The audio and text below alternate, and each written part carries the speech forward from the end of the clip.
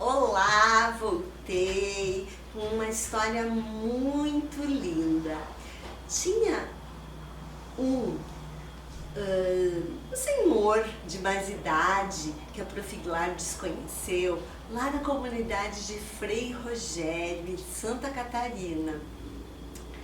E ele me contou uma história assim, de um adolescente que viveu lá em Nagasaki, onde na guerra teve a bomba atômica. Isso é uma pesquisa para vocês. Em que guerra, o que era bomba atômica.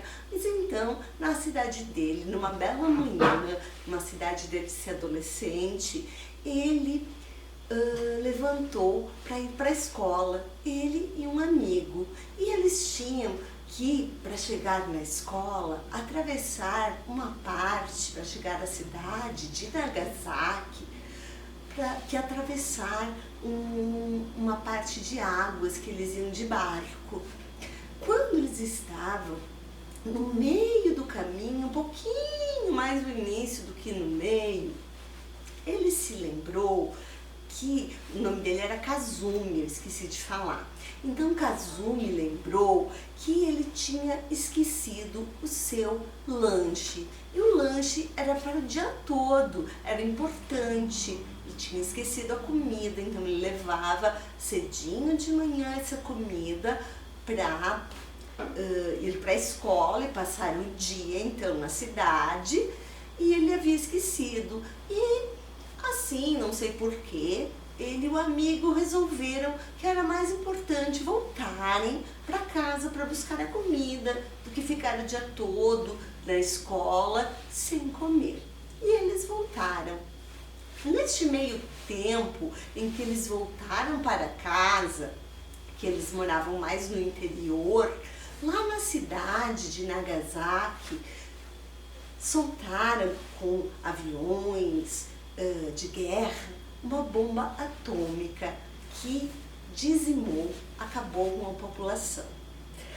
Kazumi, que tinha voltado para pegar o seu lanche, não morreu por causa disso, porque ele estava lá no campo onde ele morava e na cidade houve a bomba atômica e ele não estava lá nesse momento justamente pelo esquecimento dele e pela decisão de voltar para pegar a sua comida. Ele conta que de longe, lá onde ele morava, ele viu a fumaça, ele ouviu um grande estrondo e assim ele e o seu amigo foram mesmo assim para a cidade para ver o que havia acontecido. Uma das lembranças que ele me contou, que ele tinha mais presente na sua cabeça, é que as pessoas estavam no chão e muitas delas ainda estavam vivas e elas imploravam por água. Ele me contou que ele não dava conta de achar água, não tinha onde pegar. Vocês imaginem uma cidade destruída por uma bomba atômica, todo mundo no chão. Ele não tinha onde pegar água e ele lembra que ele pegava alguns paninhos que ele rasgou da própria roupa até, e ele molhava com um pouquinho de água e colocava nos lábios das pessoas para dar um conforto antes de elas morrerem. Foi uma história que eu ouvi sobre o Kazumi Ogawa, e ele mesmo que contou, e era sobre ele.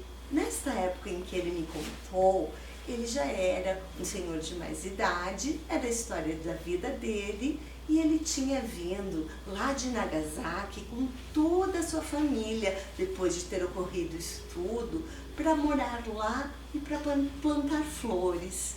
E era um senhor muito bondoso, plantava flores lindíssimas, todas eram lindas. E como ele viveu toda essa experiência, ele fundou lá em Frei Rogério um lugar que era um pouco alto e tinha uma paz incrível. E eu publiquei uma foto lá na nossa página do Facebook, onde ele tinha um sino, o sino da paz, que todos os dias ele subia e tocava para lembrar que era importante ter paz no mundo.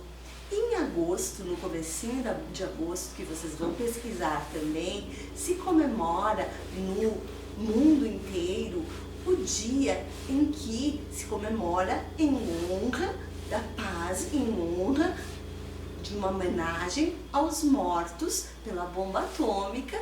Então foi o dia que essa bomba destruiu Nagasaki e destruiu Hiroshima também, vocês vão encontrar na pesquisa.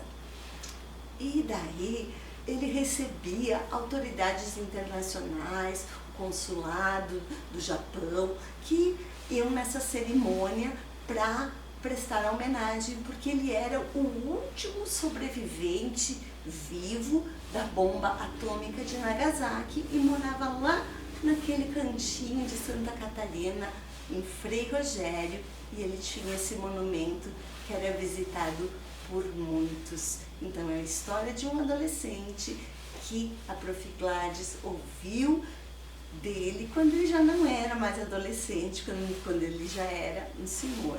E a Prof. Gladys, inclusive, foi tomar um café na casa do Kazumi Ogawa, muito gostoso, ele era muito bondoso, ele não sabia falar muito a nossa língua, mas ele tinha um filho que ajudava, quando ele contava as histórias dele, o filho ajudava a transmitir pra gente, como um tradutor de Libras que aparece agora, né, quando alguém faz um discurso, faz os gestos, o filho dele então, ele falava na língua dele e o filho traduzia pra gente. Foi assim que ele me contou a história, quando eu trabalhava no Jornal da Semana, em Curitibanos, eu fui fazer uma reportagem sobre isso, e mais tarde, quando eu trabalhei no Núcleo Municipal Rotary, que eu fui diretora, nós fomos por várias vezes com as crianças da escola visitar o Sino da Paz e prestar homenagem ao Kazumi. Ele já morreu, vocês vão pesquisar quando ele morreu também, e é uma lembrança que eu guardo assim com muito carinho, e é um lugar para quando eu morava lá perto, sempre quando eu tinha uma vontade que eu me sentia assim que eu não estava muito legal, eu ia até esse lugar, o Sino da Paz, que me dava uma tranquilidade incrível. Eu tenho várias fotos lá, levei meu filho, encontrei com o Kazumi varrendo as ruas, porque ele varria o asfalto onde iam visitar o monumento, para deixar sempre bonito, sempre. E o que mais fica na minha cabeça é ele dizer não às brigas, não à guerra, nunca, do jeitinho dele.